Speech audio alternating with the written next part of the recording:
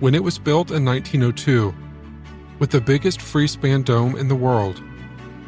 The West Baden Springs Hotel in southern Indiana was known as the eighth wonder of the world.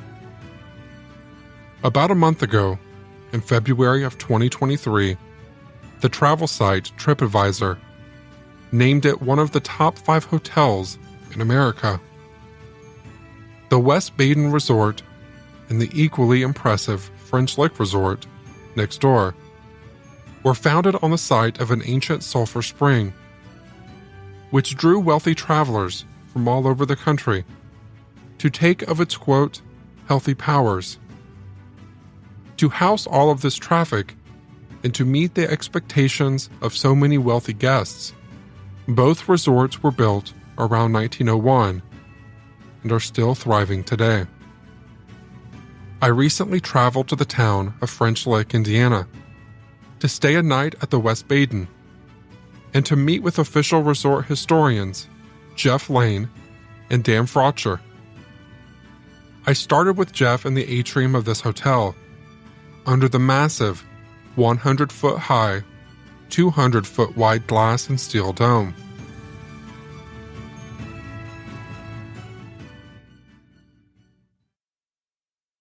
You are the county historian, so you will know the history of both this location and the French Lick Hotel as well. Yes. And do they call it the French Lick Hotel or do they call it the resort? The French Lick Resort is made up of the French Lick Springs Hotel and the West Baden Springs Hotel. Your room number here begins with a 4. Right. Do you know why? I do not. This is the 4th wing of the French Lick Resort. Let me just pause here to say that this resort is probably much bigger than you are imagining. In terms of total acreage, it's bigger than all but 20 American university campuses. With 3,000 acres and hundreds of thousands of square feet of indoor space, you can really get lost in one of these hotels. There are 3 golf courses, horse stables, a massive casino, and countless other amenities. The wings at French Lick, the front wing is the spa wing, and it's number 1. The spring wing goes toward and along the Pluto Spring House, and that is wing 2. The garden wing basically points this direction, and it's number 3, and this then is number 4. We do have a 3rd hotel on the property. It's new, and it is known as the Valley Tower, and it is built right next to the casino, and it contains 71 guest rooms and is 6 stories tall, and so that is our newest hotel. To fully appreciate the strangeness of this gigantic campus, you have to picture it out in the middle of nowhere, in the hills of southern Indiana.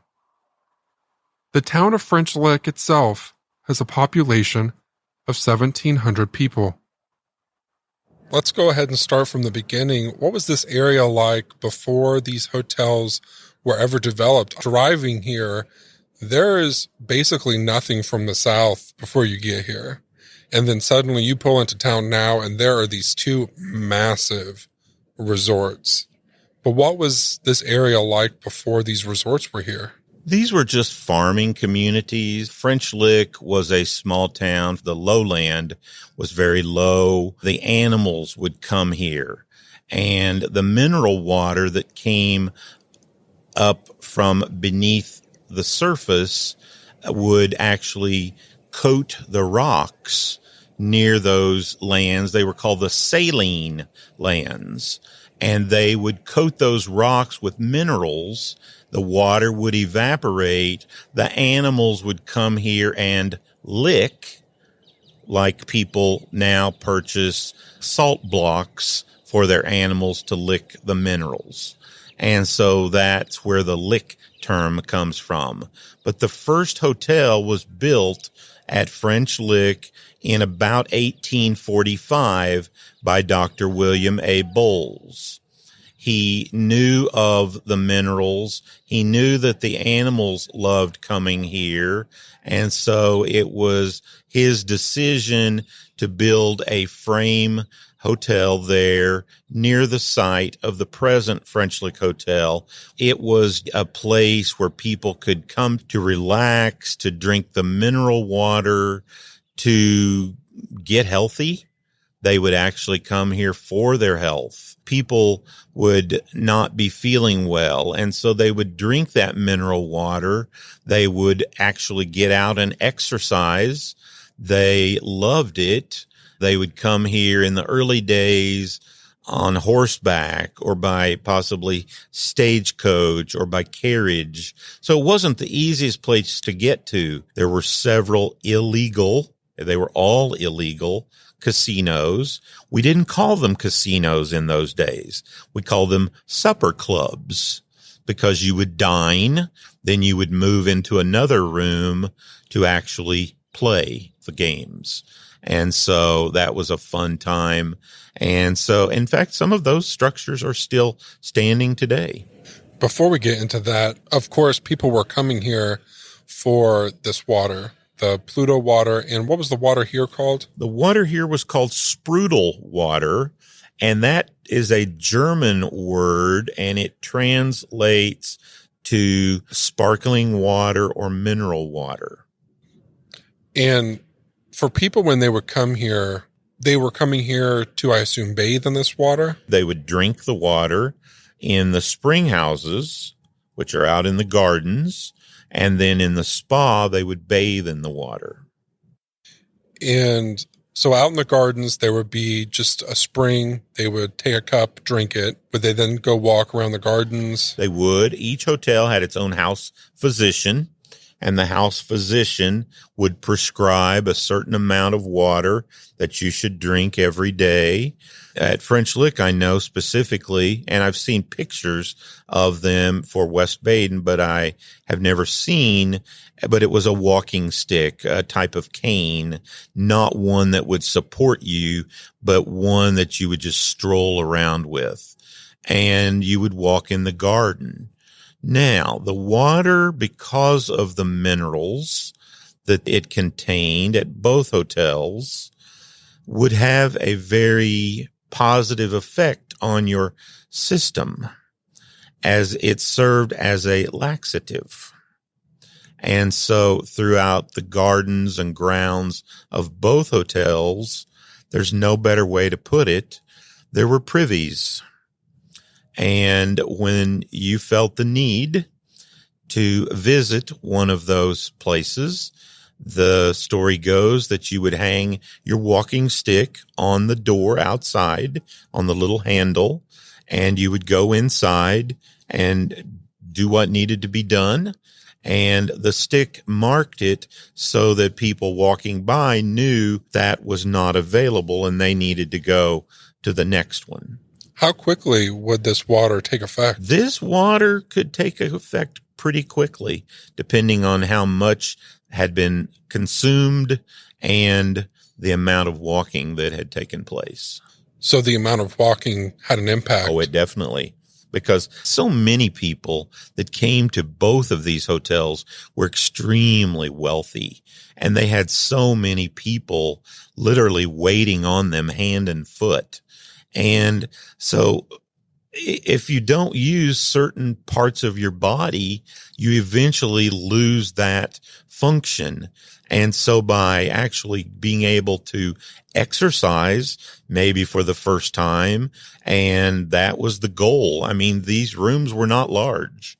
You were not encouraged to go sit in your room or to sit out here in the atrium or the lobbies. You were encouraged to get out and move around and walk or play tennis or go golfing or go horseback riding. You were meant to move around. And the more you moved, the more it affected you. The more you moved, The more you moved, the more you moved. That's right. One of the things that we noticed from staying in our room was the room is very nice. Yes, they are. But one of the best parts of the room is the bathroom.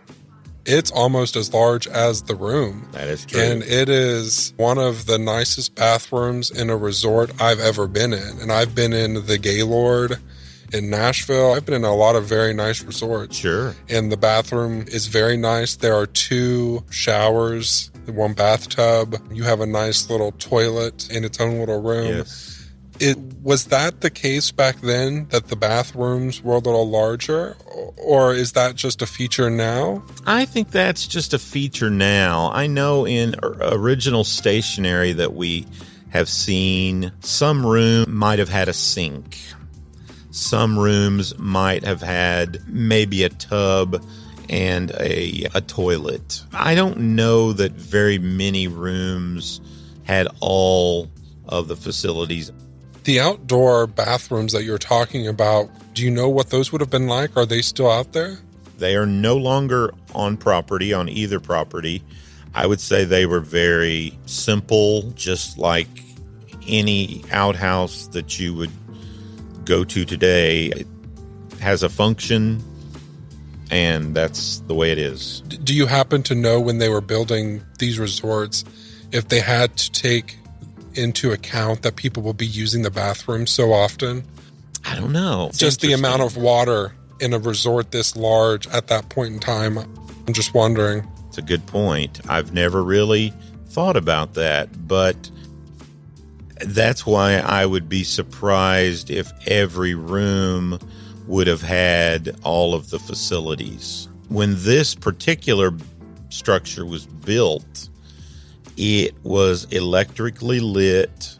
Mr. Sinclair had huge dynamos in the power plant that produced the electricity. I guess I like to think of this building when it was built in less than a year, by the way. October 1st is when they laid the first brick, and it was finished by August of 1902.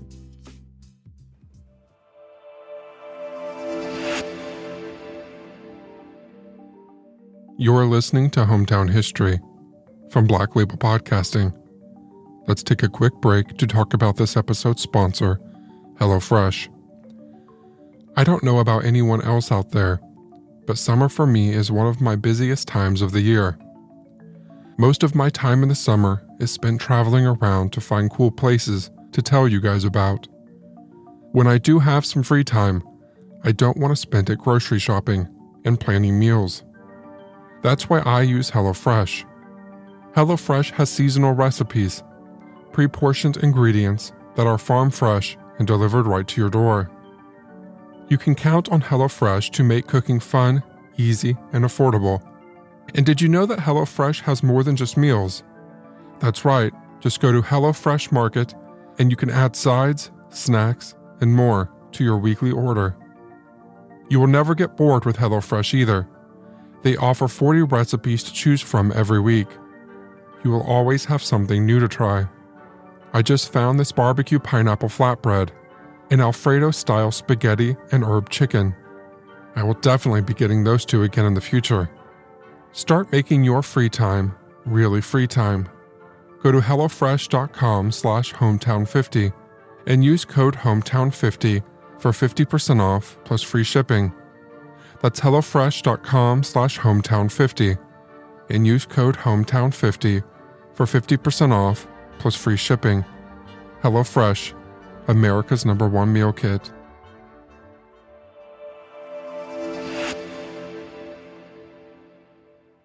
And so less than 1 year, this building was standing.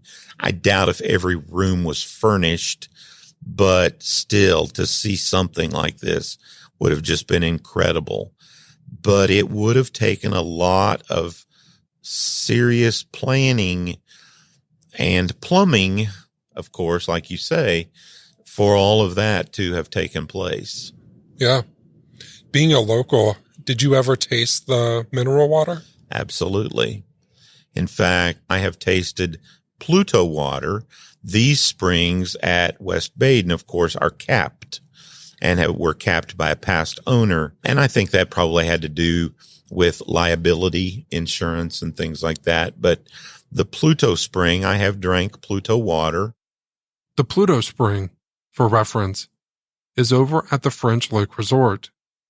I didn't drink enough of it that it had any sort of effect on me one way or another. And they don't bottle the water any longer. No, they don't. Actually, 1971 was the last year Pluto water was bottled because the chemists in the laboratories at the Pluto bottling plant were traces of lithium in the water. And so at that point, lithium became a controlled substance, and there was no more bottling of Pluto water after that time. So if you find any Pluto bottle, it's definitely 1971 or earlier. My dad had a brother who lived in the state of Kansas, and he would always bring gallon jugs with him anytime he came in to visit because he always wanted to take home Pluto water because he just swore by it. Because the farm that they lived on, that my dad was born on, actually had a mineral spring on it as well out in the field. And that farm was called Flat Lick Springs. They had one horse. My dad has told me that if they couldn't find the horse in the barn lot, they would look out in the field and that horse would be down there drinking that mineral water. So it really had a major draw for that particular horse. Do you know what owner ended up capping the springs here? I don't know for sure, but I would say probably the springs were capped right after it became a Jesuit seminary. It was a Jesuit seminary for 30 years from 1934 through 1964. And that's just my guess. That's probably when the springs were capped. And you think it was for insurance purposes? I would say that. And this was private property, and they didn't want former guests coming back onto the property because they had a totally different purpose for the use of this building, because the young men coming here were wanting to become priests. So they were students and they needed to study. They were attending classes. They were doing a lot of reading, and they just couldn't be bothered with a lot of people coming in and out of the building and the property. So that's merely my speculation, but to me, that seems like that's pretty logical. And how many people would have been here when the Jesuits were here? I have read that there might have been, at its greatest number, as many as possibly 500. So they were just staying in what we now know as hotel rooms. That's exactly right. I can't imagine Jesuits using this as their space, but one of the things that I remember from last night watching the video in your museum was that when they built this atrium, it was the largest dome. Is that right? Yes. In fact, it was the largest free-span dome in the entire world, built of steel, glass, and concrete until the Houston Astrodome was built in the 1960s. When I first walked in here, I mean, it just almost takes your breath away. It's just a very impressive sight. It still takes my breath away. Yeah. So after the Jesuits were here, what made them leave? I think it was due to declining enrollment and being able to afford to maintain a building like this and all of the property. There were three groups here. There were the brothers, who basically did all of the work, and then the students, and then the priests. And that is why we have the cemetery on the property today. And that's the Jesuit cemetery, or the St. Ignatius Cemetery. And because there were some priests who passed while they were here, and I guess had asked to be buried on the property. And so there are 40 graves in the cemetery. They wanted to remain on the property. So what happens to the property after they leave, the Jesuits? Well, then it was for sale again. It was purchased at auction by a couple from Midland, Michigan, Dr. and Mrs. Macaulay Whiting, and they donated this property to Northwood Institute. Northwood was a private liberal arts college. They offered degrees in automotive marketing, hotel and restaurant management, education courses. Northwood was an institute then. Now Northwood is a university. So what caused the college to leave? Once again, maintaining this particular structure and a lack of students attending once again. And what happened to the property? The last class graduated in 1983. From 1983 to 1996, this property was basically vacant. And in fact, that's probably what caused the collapse from the 6th all the way to the first floor in the outer section. And it was just 13 years, vandalism, animals moved in, people were stealing things. I think people wanted a piece to save. And in fact, at one point, we had what we called an amnesty day, and we encouraged people to bring back anything, no questions asked, that they might have taken to save, to preserve. And some people literally did bring back items. So that was good. That was very good. One of the things that they mentioned in the video was that back in the early 1900s, maybe, they were calling this the eighth wonder of the world? Yes. When did that term come about? I would say near the time it was constructed. Okay. Because it was just absolutely amazing to have been able to have built a structure like this in such a short period of time, built by a young architect that Mr. Sinclair found in Charleston, West Virginia. He had built the annex to the state capitol in Charleston. Well-known architects of the day wouldn't take on the project because they didn't think it was possible. But this architect, Harrison Albright, said, yes, it's possible. I can build the hotel of your dreams. And I have a good friend who is a bridge engineer. His name is Oliver Westcott. And he built the dome so that it had the ability at the top of each of the columns to expand and contract. So the trusses sit on casters at the top of the columns, and the casters are the four little wheels, which we can't see, but like the four wheels of inline roller skates.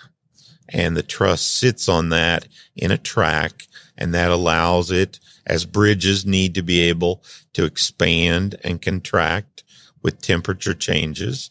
Certainly in southern Indiana, we have plenty of temperature changes rapidly at times, and it worked, and it's still working. So we know that when West Baden was in its worst time was when that wall collapsed, but when was French Lick at its worst time? I would actually say just about 2005, just about the time the Cooks purchased French Lick. I would probably say that was when it was at its worst. That's probably why they purchased French Lick first. I don't know if that's true at all, but I would say they saw the major need. That building really needed some help pretty fast. It never got to this point because it remained open. Guests continued to come and stay there. For a little more background, the Cooks we're referring to are Bill and Gail Cook, billionaire entrepreneurs from Bloomington, Indiana. We'll hear Dan say more about them during the tour in our next episode. But these are the kind of philanthropists that historical preservation societies dream of. They basically came in and wrote a blank check to restore these two massive properties as authentically and responsibly as possible. It is safe to say that without their intervention, both hotels would likely be abandoned and derelict today. And what year was it when the Cooks started working on this property? This property they purchased in, well, actually they started a portion of this property in 1996. When I was a freshman in high school, I think it was around 2004 or 2005, I came here for the very first time and we stayed at French Lick. I think they were about to start construction. There were pictures all around of what their plans were to do. When you first started here, you were a historian, but did you do the tours back then at all? Well, I was the tour coordinator, so I was in charge of finding volunteers throughout the community to bring people back and give them tours of what we could see. And I know the price was $10. Is there anything else about the history of the two complexes that people should know about? I don't know if you were aware of this or not, but the beverage tomato juice was first served at the French Lick Springs Hotel in 1917 by Chef Louis Perrin when he ran out of oranges one morning for breakfast that he was squeezing for fresh orange juice. And so they had an abundance of tomatoes on hand.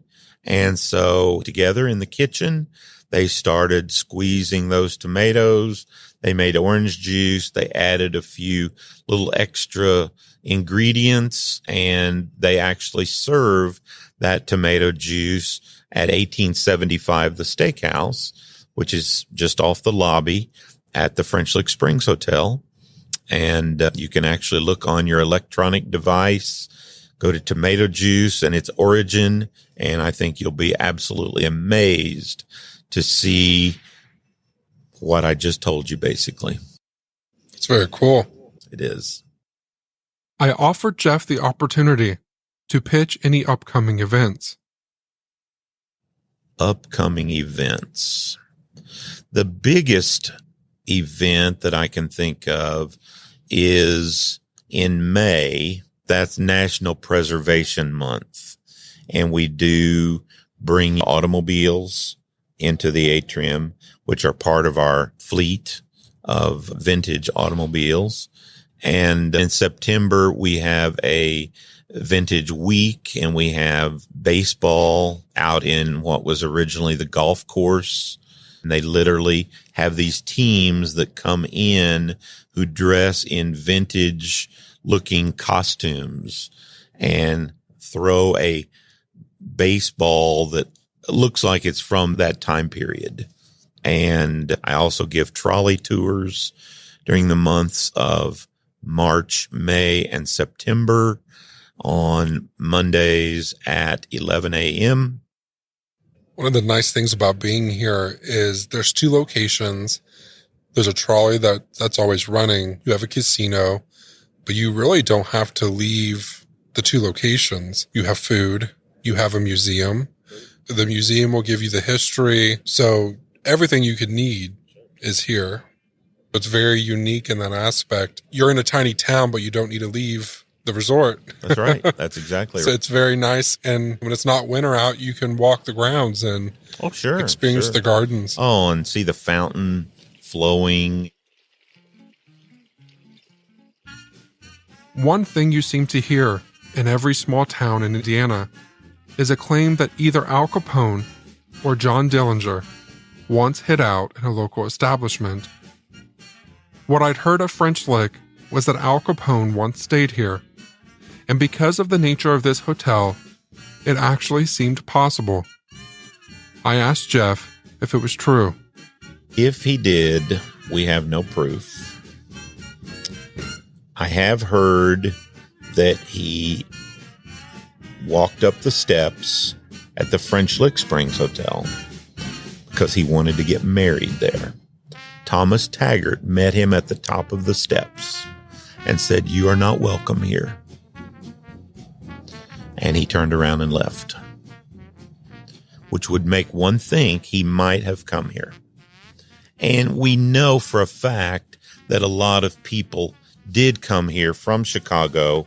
And that's really why Mr. Sinclair bought the first hotel that stood here, because in 1887, the Monon Railroad decided to run a spur from Orleans into this area. And of course, that's a great way to get people here rather than horseback, stagecoach, carriage, rail. Oh my gosh.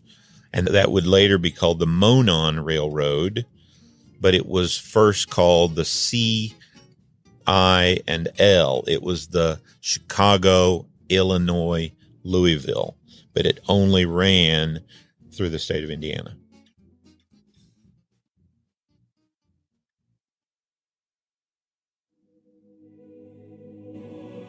The other thing I'd heard about West Baden was of a mysterious hidden room above the top of the dome, where an unknown painter had left a series of giant angel portraits modeled from similar images from the Renaissance.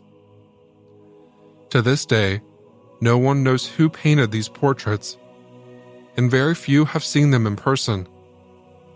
I asked Jeff for any insight he might have into the so-called angel room. Some people have gone there. I have never been there, nor will I ever be there. Extreme fear of heights. If I were to go there, I would have to be sedated. It's right up there above the big ground. It's in the drum. Oh, really? Yes. Jeff is pointing to exactly where I heard the room was located. Directly over my head, at the center of this 100-foot tall, 200-foot wide dome ceiling. I would be afraid. I have walked on the roof of the 6th floor rooms, where you see the windows all around the top above the 6th floor. You can be on the roof and look through those and look in. That's a little eerie. Though the angel room is inside the building, you have to leave the building to get there. You've got to go on the roof, and there's a stairway that you go up and you go over one of these panels where there's no glass. My fear is that I walk on one of those, because we're 110 feet up, roughly, from the floor to the top of the roof, and we're 200 feet in diameter. I'm afraid I'm going to look down through a skylight and just freeze. I've had one heart attack. I don't want another one. I had one in my classroom sitting at my desk giving a math test one day. Very mild. So I do have some stents, and I've been fine ever since. But I don't think I want to push it. My dad used to tell me, he said, Jeff, I've not seen the angels in the angel room at West Baden. I'm sure you will never see the angels in the angel room at West Baden. So here's what we need to do. We need to just live the right kind of life so that someday we'll see real angels and not have to worry about the West Baden angels or walking on a roof or going through a skylight. I can't. I have such a fear of heights. I can't stand to watch someone jump out of an airplane on TV. My hands get clammy, and I've never had a fall. If you're ever close, you should at least stop in and see it. And if possible, stay a night or two. Remember, it's currently ranked as the 5th best hotel in the United States. In the next episode, we're going to be taking a tour with Dan Froscher to go behind the scenes and learn more about the history of the French Lick Resort.